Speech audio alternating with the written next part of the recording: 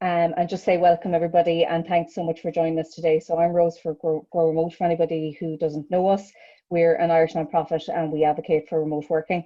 And today we have Charles with us from Klaxoon. Charles also is one of our chapter leads in France, if you don't mind. I have to say, it's looking very beautifully provincial France there in your home office. Yes. So I work, for the last 4 years, I've worked remotely 80% of the time.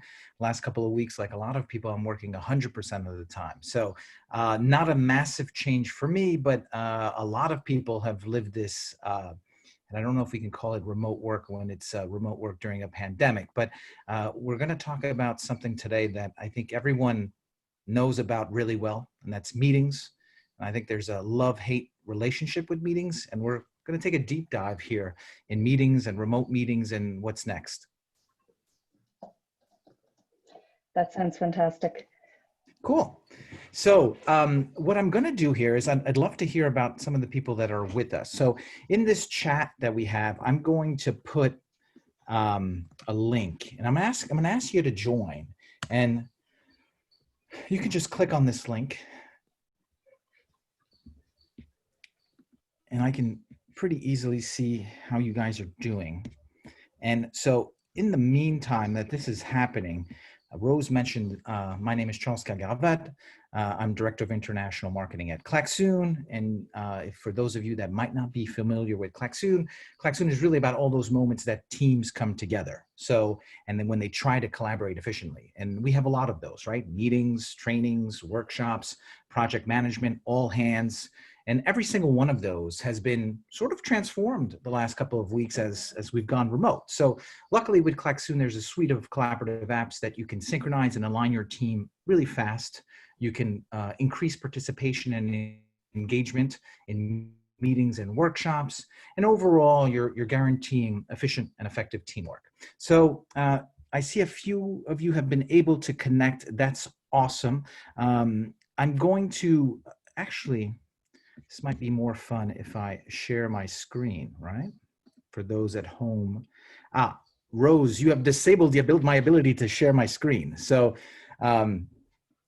you are now able to share your screen. Great, thanks.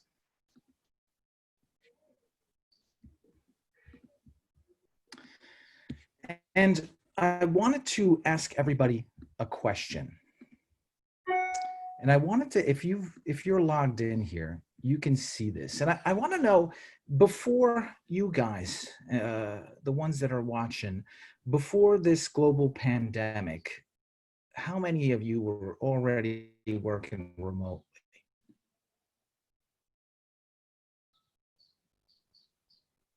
Working remotely a lot, because we're talking about over 50%. I'm seeing it's pretty split here. We've got a 50-50.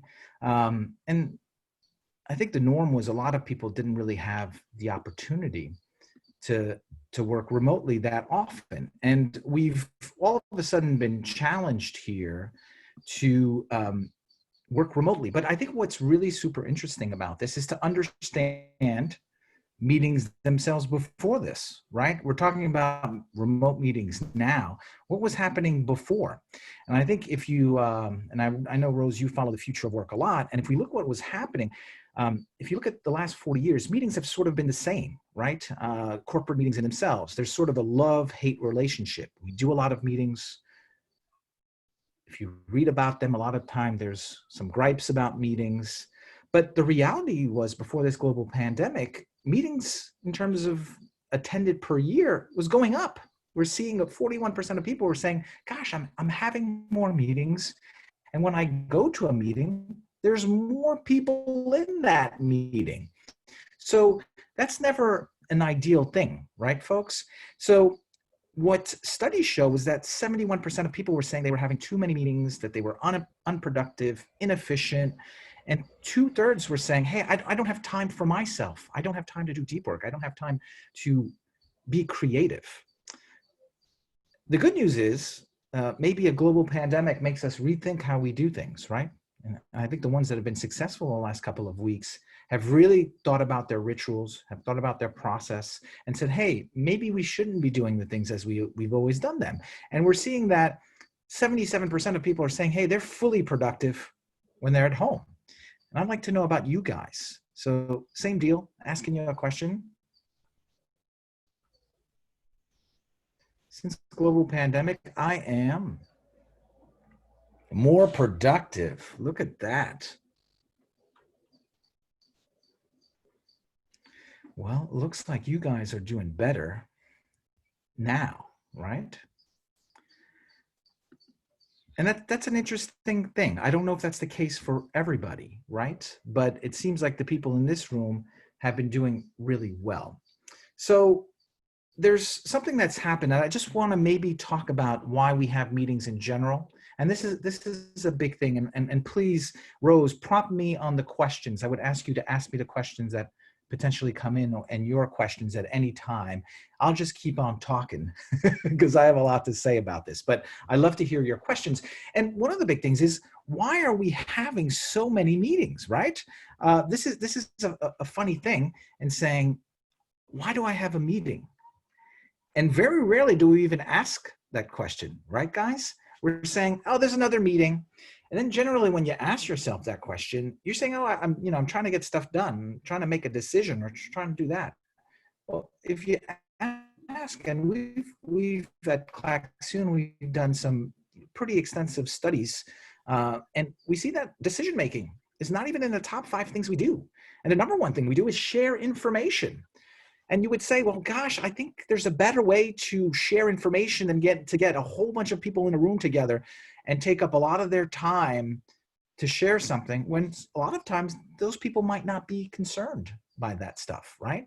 So then that leads to a question is, hey, how when we're in an organization or when we're working as a team, how do we share information?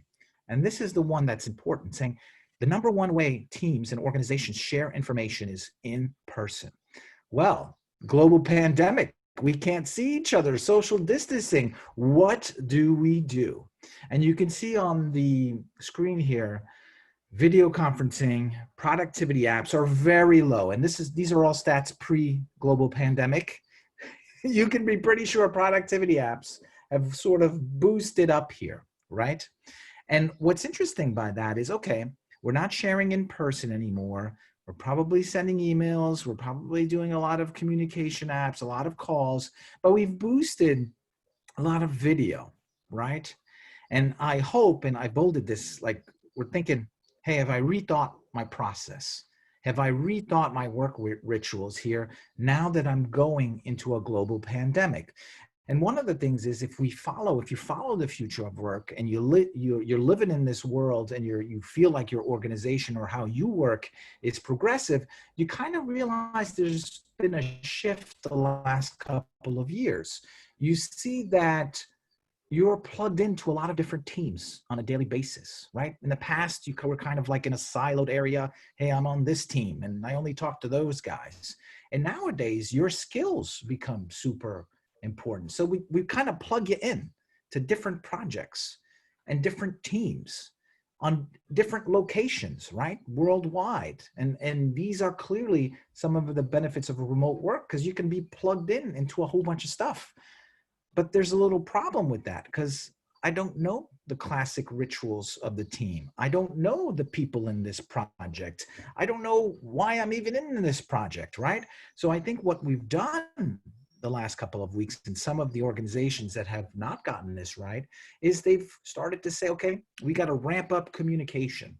So you woke up a Monday morning and you've gone full remote, and your calendar for that week was jam-packed with Zoom meetings. And you're saying, gosh, I'm super productive. I can see the smile on Linda's face. I've got 87 Zoom meetings this week. I'm going to be super productive. And then, you didn't really get a lot done in those meetings, right? Because you didn't know why you were there. And you didn't really get to participate, because we're discovering that, these Zoom meetings are okay, all right. But the video doesn't really help a flow happen very well, right? It's not super easy to talk and give and take. People talk over each other. And gosh, looking at a webcam all day is super tiring. And everybody can relate, right? And I see you might have a question. Yeah, Charles, actually, I'm really interested from Linda's perspective and Ray's perspective, as far as any meetings that you've experienced in the last couple of months. Like, have you found, are they mainly just sharing information? Is there a mix? We have, I'm kind of part of two organizations, and they've both taken to have kind of cluster meetings, if you like, every week. But what I'm finding is they're getting repetitive now. So we're actually getting together to talk about the questions we're being asked. How's it going? Or what training has been requested out there? Or what are you looking for? They're actually, it's not very productive. I'm kind of saying, I'm only saying the same thing I said last week. Or if I'm giving information, I'm giving the same information exactly the same way as I gave last week to the same people. And I'm starting to see a fall off on the attendees. Mm-hmm. So you've got to maybe make it less meetings less often, or really give them something to look forward to come into hearing. That's a great point, Linda. I think so. One of the things that, naturally has happened, we said we're going to copy paste all the stuff that we're doing normally in the office into working remote life. We noticed that, having a calendar full of video calls is not ideal. So you kind of start doing these communication apps where everybody in the whole company starts sending you a billion Slack messages. So you're, while you're in the Zoom call that you're really not paying attention to, you're answering these communication apps that you're like, okay, do I have to answer this now? Is this immediate? Can this be later? All that stuff. So we are kind of replacing the home office where things may be the corporate office where something happens very naturally. And we're doing that wrong. So what we need to do, and what we recommend at Klaxoon, is to think about those moments that we come together and try to have very efficient bursts of collaboration, and where we can synchronize and align. So that could happen, say, hey, I got my morning coffee, I'm ready to go. Let's do a morning meeting. It could be a stand-up meeting. It could be a sharing meeting. Get everybody to participate, right? Because that's one of the big issues with meetings is 80% of the time it's one or two people that are doing the talking and giving all the ideas. And you can have 10 or 50 people in that call. They're not going to say anything. They're not going to participate. How do you change that? And it's even easier when you just turn off the camera and you sort of, gosh, you might not even be in the room. So you really have to find a way to change that. So what we recommend is, hey, take that half an hour in the morning, use Klaxoon, maybe do a brainstorm, do an activity, make sure that everyone's taking part. Everybody can see what other people are doing, right? So they're up to date. They've taken part, so they're part of some sort of consensus process to make some decision making. And they know what they're doing, they know what the other people are doing, and they know how that fits in on the project, but also on the company level. And then let them go, right? You don't want to have 10 Zoom meetings in a day. You don't want to send a billion messages. If you've taken those moments of efficient collaboration right, why would they have to send you another 10 messages if you haven't done it in the times where you've collaborated well? That means you haven't been clear. That's what means that someone doesn't know what they're doing, right? So let them go off and do their deep work. And that's a kind of great thing that we have to say that, hey, when I'm working from home, if I can get that syncing and alignment part right, I have a lot more time to be innovative. I have a lot more time to be creative. And ideally in a setting that I'm comfortable with, because it's my house, ideal in a setting where I'm not going to be interrupted because there's not a colleague walking by asking me something. But that's where maybe the role of a global pandemic, and you've got the kids and everything in the house. As long as they don't use Slack for that, then, I think that's the remote walking by and interrupting is Slack. Yeah. Actually, just wanted to ask as well, Ray, from Ray's perspective, what you found with your meetings over the last couple of months. Have you seen how you're using them and how you might like to change that? Yeah, and very much concur what Linda was saying in terms of a lot of the meetings, certainly in the first few weeks, there was a plethora of them, and it was you're almost getting to the stage of fatigue because you were in meetings so much and people, and I don't know if it's just a case that people were inviting you because they felt they had to prove or update you on things that they were doing.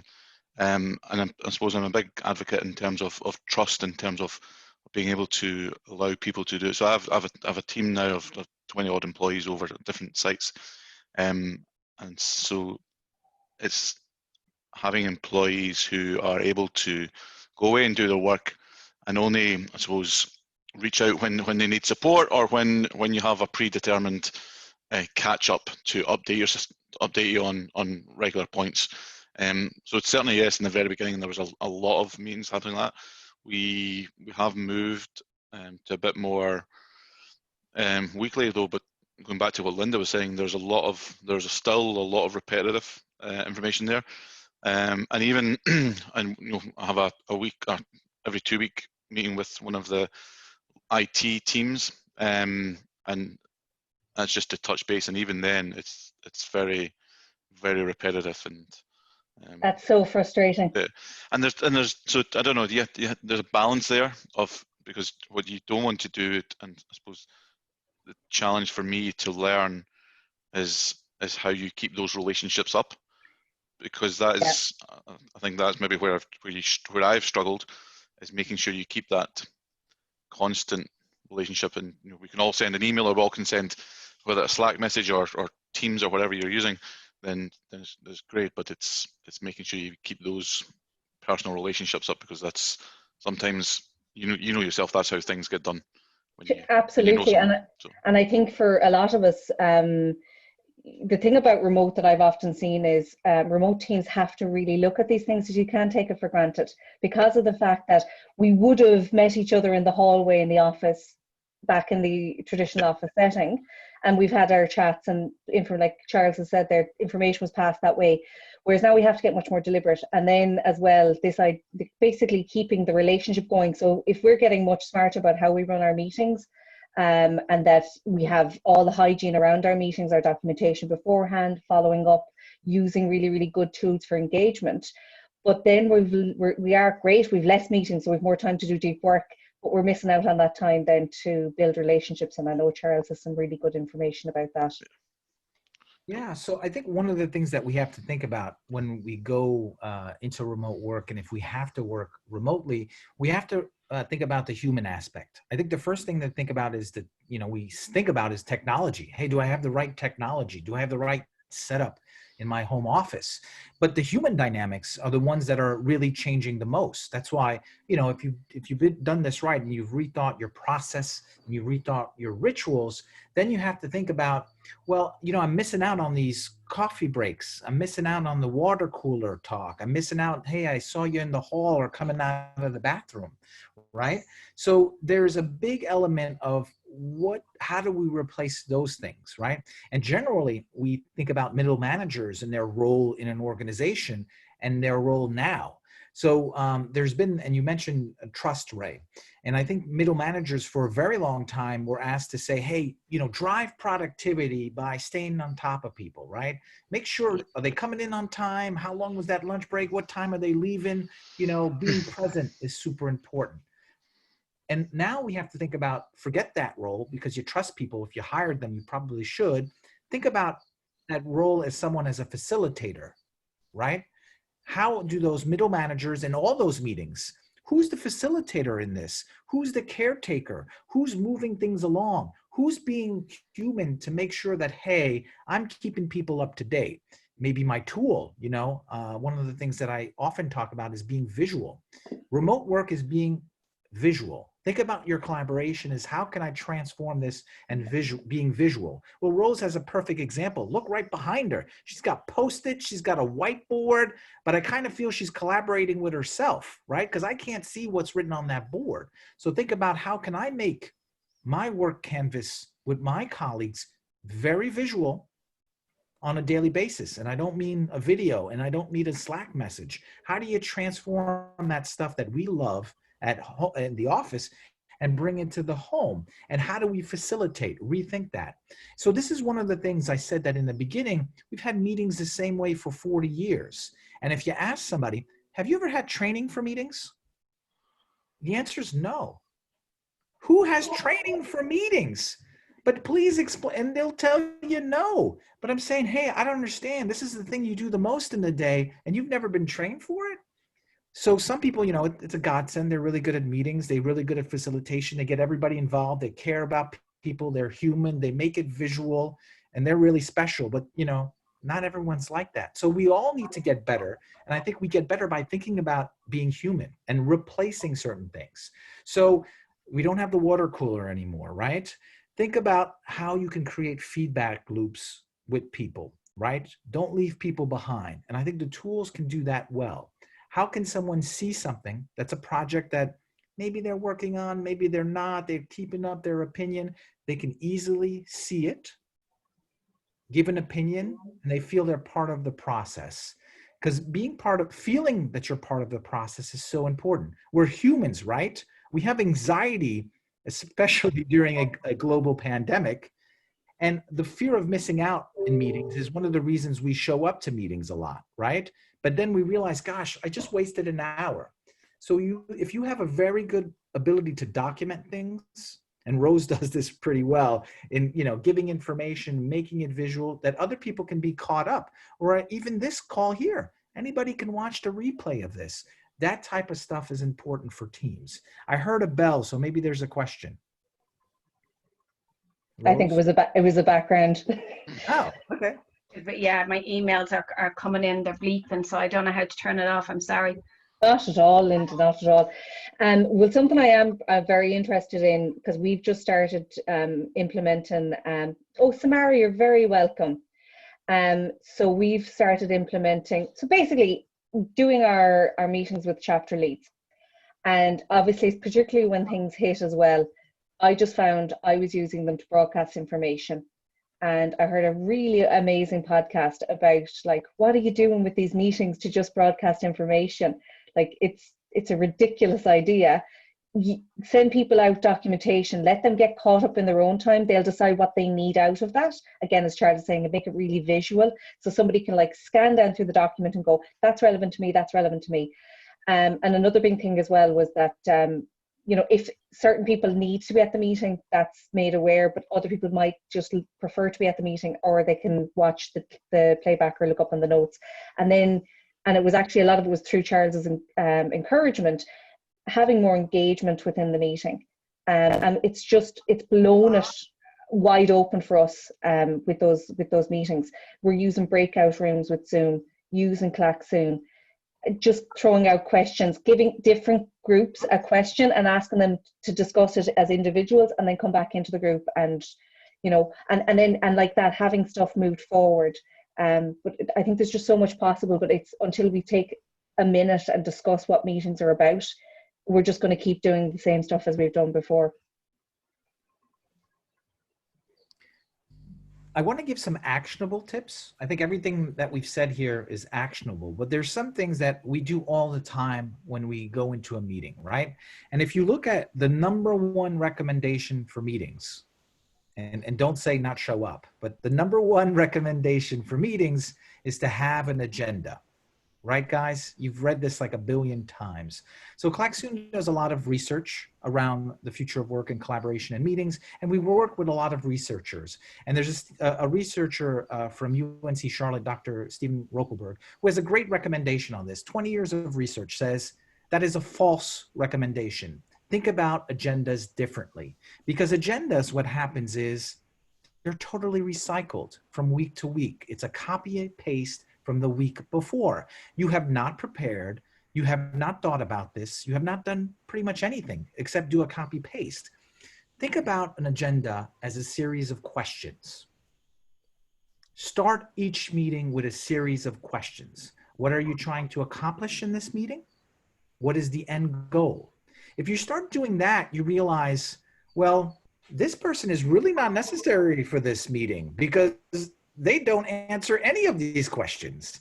And then you start inserting people into a meeting who actually will add value to that meeting, right? And you're pretty certain of when you should end the meeting because you've answered the questions, right? So I think this is an actionable tip that everybody can put into place and saying, hey, let me rethink my process of why I'm having a meeting by asking questions. And when people come in and, you know, a lot of times we just sit there and say, okay, I'm going to let this happen and see where this goes. Well, if you start off asking a question, everybody gets on their toes. And that's where you have the ability with a tool like Klaxoon to ask the questions very easily, anonymously, so everybody can answer. It's very visual, as we saw in the beginning. I didn't know who answered what, but I'm getting a very visual feedback from everybody. So I think that helps people feel engaged, helps them feel part of the process, and that their opinion matters. Are you guys having challenges with that as well in terms of engagement? What about yourself, Linda? Would you find that difficult in meetings? To get people to open up to interact on the meetings. Yeah. We'd be pretty good, you know, at interacting. I don't find that bit hard. I do get what you're saying though. I mean, I copy agendas all the time. There's certain things that you have to bring to the next meeting, but sometimes, like, I actually only realized yesterday that I have, you know, a meeting which is now, I've moved it. I managed to get it moved bi-monthly. It was a monthly meeting. About 2/3 of the people were not turning up because it was too often for their voluntary commitment. And I recommended we do it bi-monthly. Now, still, you know, my numbers are not as good as I'd like, but like that, if I could come in and start thinking, as you're saying, and it is that, you know, what are we doing this for? What am I trying to achieve? Right. And if people's time wasn't wasted as much, they'd be much more likely to come to the meeting. And especially if you stick, I'd be quite strict in my meetings. If I say it's over at 10, it's over at 10. Where I've gone into meetings that were 20-minute meetings and didn't get out for an hour and 40 minutes. No, that's horrendous.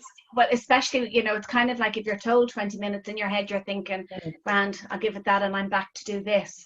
So you have to, and that's trust again, is it not? Like, you have to say, it is what it is. Yeah, and think about time as well, and maybe a timer. You know, in Klaxoon, we have a timer on some of the activities. And if you set that time, maybe 10 minutes, hey, we've got 10 minutes to come up with the ideas for this. And then we have 5 minutes to make a decision. People react to that, right? They you know, they don't go off on tangents. And, you know, sometimes going off on tangents is because we let people go on, right? And one of the things is silence. And it's a funny concept to say that, hey, I'm going to go to a meeting and make sure that everybody shuts up. But the research shows actually that if you let people brainstorm in silence together, you get twice as many ideas and they're more creative and more innovative.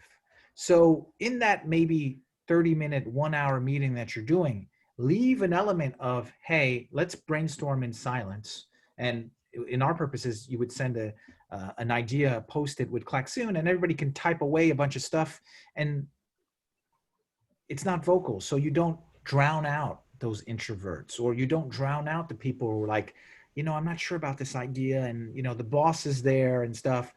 If you got a canvas, you're throwing out all your great ideas, you're getting more ideas, and they're probably more creative. And that helps you in sort of the process of what you want to do. So maybe shutting up is really good in a meeting.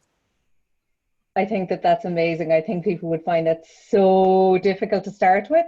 Like any big changes in habits with stuff like this that we've been doing for so many years. I love that idea of using the questions. And I have to say, I've actually started recently doing that. And I think it might have been from some stuff that I had read, but I don't even think it was all that intentional. It seemed right for what we're doing. But I really, really think that what you're saying about, like, it's going to help you figure out who you need there. And also, when your questions are answered, you're done. And that's something that kind of blew my mind recently, where it was like, you don't need to fill the hour just because the meeting is for an hour. If it's done in 15 minutes, if you achieved what you're there to do, amazing. Let your people go have a coffee. you know. No, I was very much, first of all, I apologize for being so late. Not at all, Tamara. Great to have you Apologies, here. it's the problems here. But talking about, not wasting time, I was working for an oil and gas firm, and the minutes, you'd weekly and monthly meetings, and they were very structured with the minutes of the meeting from the meeting before.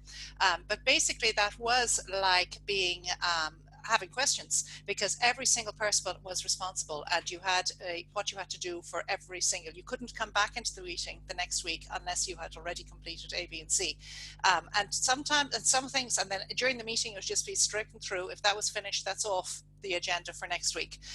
But like that, the meetings never went any longer than they had to be. A weekly meeting was never more than 45 minutes. A monthly meeting was never more than an hour. They were brutal, sure, because the project manager would be very straight and saying, you didn't do it, out, but literally, so he put the fear of God into people, but people showed up because they were made accountable for it on every single little detail. And if you're, and you sometimes you would look at the minutes coming out and think, oh God, is my name on it? If your name wasn't on it, you didn't need to be there. If you were there for something, you showed up. Amazing. But they finished. I mean, they were a nightmare at one level, but they were so structured and everything got done. And you knew exactly how far along things were on the way as well. So it worked very well. So it's like there's elements of that kind of structure that we can bring into what we're doing. It's the same idea. Yeah. Have you done this? Have you done? These are the issues we're on, And because those were huge, big projects they're working on, you had to look at every single detail. There wasn't any room for fluff. So, and you don't need fluff in meetings. That's what takes forever. That's what the virtual coffee is for, the fluff. Exactly. Exactly.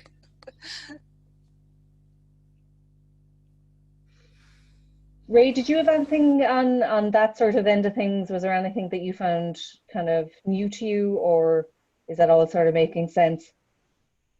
No, I think it all makes sense, and I think it's about making sure that the repetitive agenda hits home. I do like the idea. I've never really came across it before, never even thought about it. You do put in passing, I suppose, you try and put some structure around who needs to be there and who doesn't need to be there. I think we're all aware that there's lots of meetings been going on for years, and most of them are unproductive. And you do try and put in, but it does evolve, and all of a sudden someone gets invited and someone else is then tags along, and then all of a sudden you've got this huge meeting, and it just keeps on evolving. And it's about how, I suppose, again, I think from my experience, I'm certainly aware, you need to have a strong facilitator and a strong person who's going to manage it, and you have to have that, as Samara was saying, almost dictator-like ship of running that meeting, otherwise it does get out of control. And at the same time, you need that person who is able to engage and bring along the whole organization, or the whole people within the meeting, because otherwise you will have certain points, if people are there for a specific reason but aren't engaged or are introvert for some reason, then they will sit in the background and maybe not contribute. And again, that then just leads to disharmony for them, because they feel either unjust that they never got to say their part, or they feel like, what's the point of me being there, and etc., etc. So there's a balance there, I think, again. Absolutely, and you're losing out on all that knowledge. Like, I am an introvert, but I would love people to understand better that introvert doesn't mean not social. It's how we process information. So if I've had a lot of Zoom calls in one day, I am burned out, but I've enjoyed myself. Yeah. And I need to go and hang out in the forest then and chill out. But this, and actually, so it's interesting what you're saying, Charles, that about giving the quiet time for brainstorming. I just recently read the book Quiet, The Power of Introverts, and she speaks about actually also, and I think that this is like, tools that you can use to help brainstorming ahead of a meeting, or even between meetings as well, because brainstorming works extremely well actually individually, and then to come and discuss it within a meeting, because you're giving your introverts, you're giving everybody that chance, and you're even actually taking some of the pressure off your extroverts as well, to maybe not necessarily have to perform, and perhaps looking for solutions that they wouldn't have come up with when they're in a certain mindset and perspective that they would be for a meeting. Mm-hmm. You're bringing up a great point. We talk about what happens when we get into a room together, or what happens when we get into a call together. And there's something called groupthink that sort of happens a lot, right? Because you sort of like, I don't really agree with this, but I get the feeling everybody else does. So I'm gonna just agree. What happens with that is, and you notice in our studies that it's usually larger organizations that do that, right? Larger organizations will see that decision making is done by top management, or decision making is done by a groupthink, right? And not necessarily with team votes or the best ideas. And we're seeing innovative companies that are saying, hey, how did you make that decision? They'll say, well, we took the best idea. And there's a more free-flowing ability for everyone to participate. Everyone feels they're engaged, so they're more apt to give their opinion, to say, hey, I don't agree, to say, I like this. And we need to create environments where this happens very easily, that it's not because you have a good facilitator that calls on people and make sure, oh, I think that's an introvert, let's call on him or give him a chance to participate. So we need to create these environments in these meetings that don't go on for an hour and a half, but that collaboration is really visual and people get to participate. And it leads us to something when we do that well in short bursts. You said it, Rose. I can take a step back. I can reflect. I can brainstorm on my own. And this is where we create, when we talk about new ways of working, if we can create organizations and teams that value asynchronous work, we're changing the game. If you're in the rat race, your team or your organization where sync work, where, hey, I sent you a message, you have to answer in the next 5 minutes. Gosh, I'm not going to be very good. I didn't think about it. I don't know. I'm doing something else right now. Or you're in an organization where, you're full of meetings and you don't know why you're there. There's a problem. So if we can do one thing out of this global pandemic and shift to saying, hey, I think async work works for my team, for myself, or how I want to do things, very quickly we'll see that people are more engaged, more involved. They come up with a lot more creative stuff, and your team and your organization will be more innovative. So that's a challenge, because look what's going to happen, right? We went to, some way of working to everyone full remote. What's the new normal looks like? What do you guys think? What's going to happen in the next, when maybe, we're allowed to be back in a room together? What happens then? Are we, Rose and I were talking about hybrid before. How do you guys feel about it? It's hard to know. For most people I know who've been in the workforce, they don't want hybrids. They want to stay fully remote at the moment. Interesting. They found going back into the office is very difficult because the office isn't set up the right way. The desks are too close to one another. So then they have to try and find a place in the office where they can work, but the IT isn't set up there. There isn't the right, all the infrastructure is wrong. So they're finding it very frustrating. Your point about you getting things together before meetings in asynchronous working. My brother-in-law works here in Ireland for a big multinational that's based in Texas. And there is always sort of problems and he looks after the European operations. But I was speaking to him the other day, he is over the moon with how everything is working, and he loves his job better than ever before, because for the first time, the senior management meetings are having to take into account people in Texas, in Ireland, in Hong Kong, wherever, and the ideas are just flying through, because even though they said they liked everybody's ideas from outside the world, back in Texas, there were conversations happening down the corridor, and they were missing out on all the ideas that were happening from outside of the world, and vice versa. And he says now, for the first time, everybody is so engaged. And like that, because they're on different time waves, they go back and they think about things. They have a much more inclusive agenda when they come to the meeting. And he says, and the profitability, everything is just going through the roof. So it's just, he used to always be so gloomy when you go over to the house, and he's on a giddy high, but they can't get him out of the kitchen. They move him up to a bedroom too. He'd taken over the back door. So nobody's around. He went to the coffee maker. But it worked so well that it's fascinating. But he just says that the transparency has become incredible, that they never had before. And that's true. Like, what we were saying, there's a lot of work up front to get hybrid right. So the companies that I've seen have done it well are doing hybrid or the remote first culture. So it's as if everybody is remote. And that's so important. And it's heavy lifting. You've got to get your policies right. You've got to get your processes right. You've got to make sure that the team understands and is in agreement. And another thing, like we've noticed for ourselves in our organization and our community, I mean, even Samara and Linda, we've experienced it, with the courses, is having the groups and the teams agree on how you're going to communicate. Like it's a discussion. Absolutely. Yeah, for sure. But it's been great, and it's made the teams come together so much more. Like you really do feel like you know everybody, and it's your own little posse, your own little gang, even though I've never met the people. So, Tamara, you bring up a great point. I'm sorry. You bring up an excellent point. In the past, a lot would happen on one floor, right? It's walking the 15th floor. 15th floor is where all the decisions happen, right? And going down one floor to 14 was like an effort. We got to go to 14 to get it. Who would have thought that a global pandemic would transform global collaboration?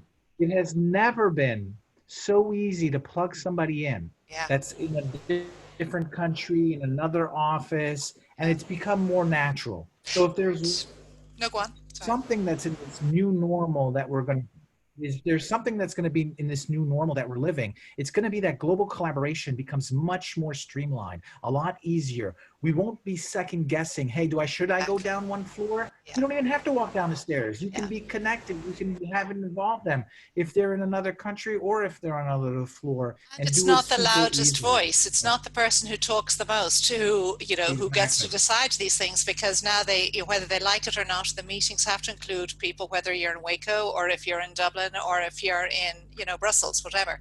And it's the people who mightn't before have had the opportunity or would have been afraid to speak out. The decision's been made for them. And nobody can argue against it. And it has helped the company. The more the diverse voices you get, the more transformative a company always comes. Absolutely, yeah. The power of meetings.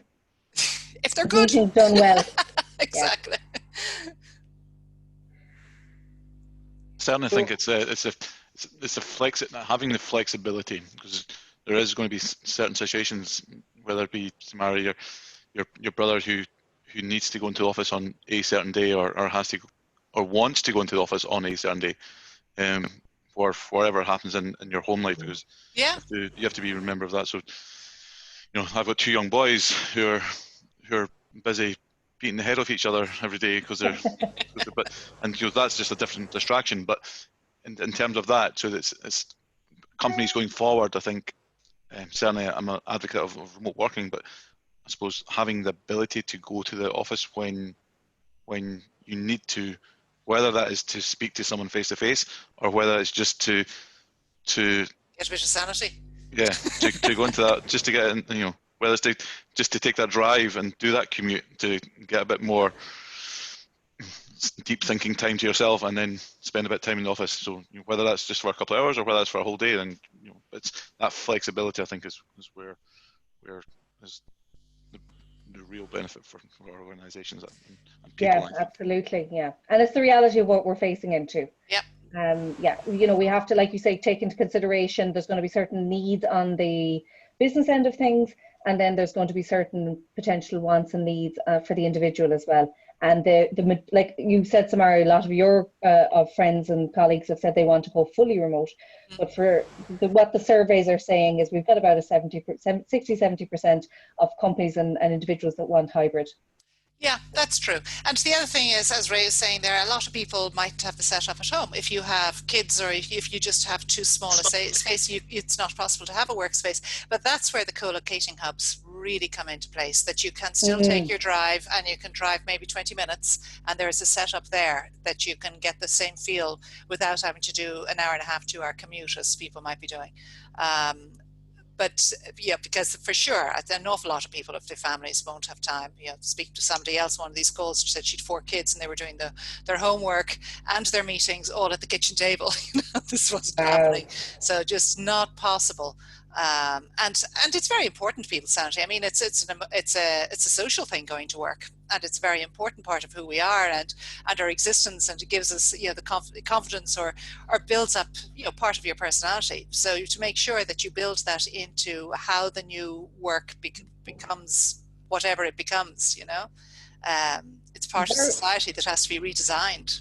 Absolutely. Actually, Charles, I'd love you to speak a little bit to that, you know, the water cooler stuff, and what you guys have seen working well for companies.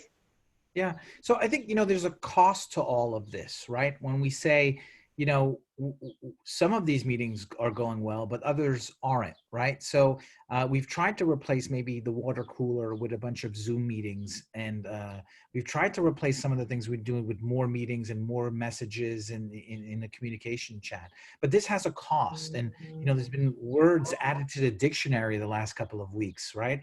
Zoom fatigue, which, you know, whoever said that before, right? And there's actually, you know, research that shows that we have something called meeting recovery syndrome. If you consistently on a weekly basis have bad meetings, right, and you leave there frustrated, there's studies of whole divisions in organizations that don't have good meetings show tremendous amount of productivity decreases, innovation decreases. So we should worry about these things. We should be worrying about these moments, because meetings remain such an important part of how an organization functions, from sharing, from communication, just giving everybody a voice as well. So we have to get that right. So the little things, and saying, hey, how do I replace these moments, right? The water cooler, you've got to be a little bit deliberate, right? You know, saying, you know I haven't talked to Jimmy for a while. You know, a virtual coffee is totally possible. We can set up these moments to do that. Or we can set up a feed where let's have a conversation that's not only about the business side, right? Let's say, hey, let's start a meeting asking with emojis how you're doing, right? What about icebreakers, right? Let's start this next workshop with maybe 5-10 minutes of icebreakers that have absolutely nothing to do with this workshop, but it has to do with individuals, where people feel like they're being thought about as being special.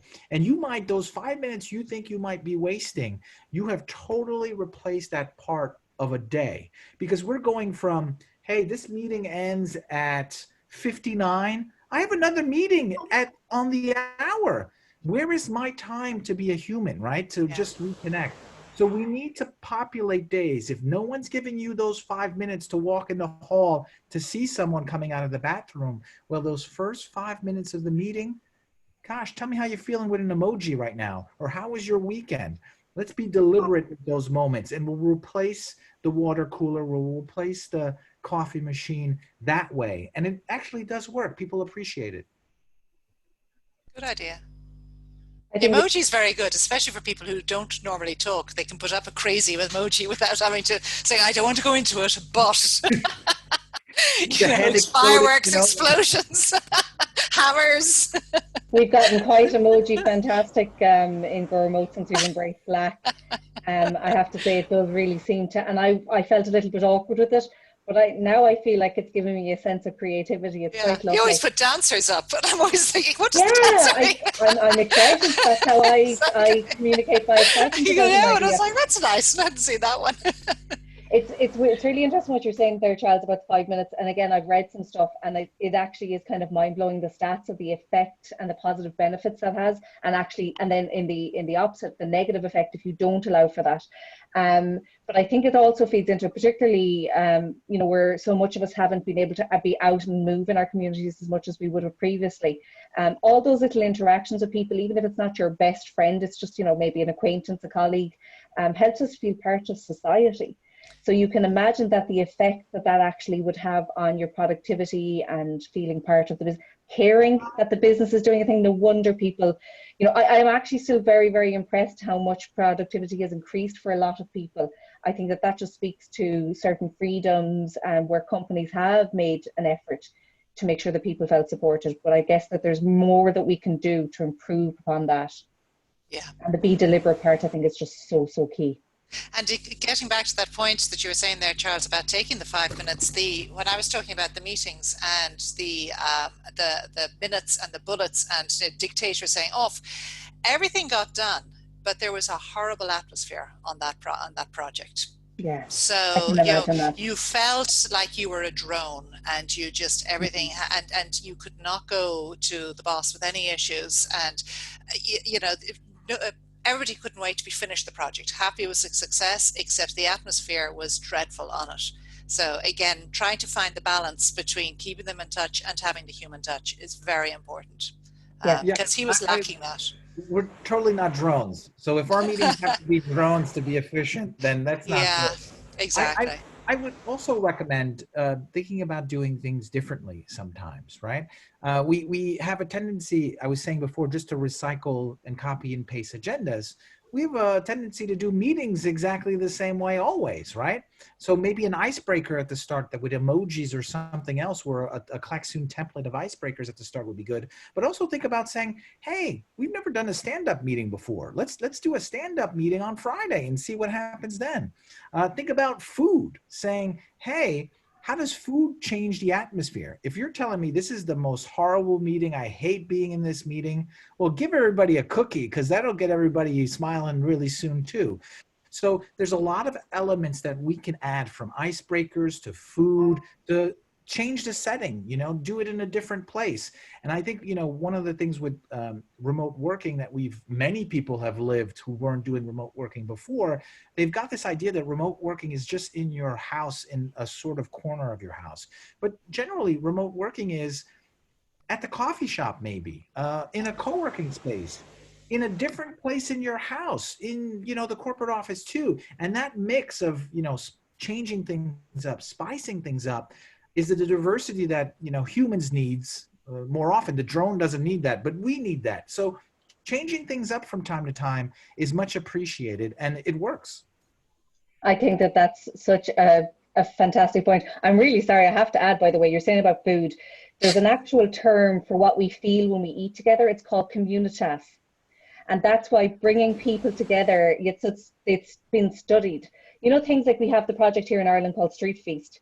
Yeah. That's one of the reasons why Street Feast is such a success. And that's why traditionally people would have sat down. So, even though you might be doing it with yourself, but to do it within a team is actually so powerful. It is amazing.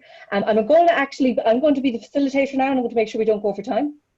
I would like to say an amazing thank you, folks, for coming in and getting involved. You really helped enrich the conversation, because this is what it should be about. It should be a conversation among us all. A big thank you to Charles. And I'd just like to ask Charles, would you like to add anything before you leave, and where should people find you? Yeah, I think number one, I've mentioned a few things about Klaxoon. So if you want to know more, please go on klaxoon.com.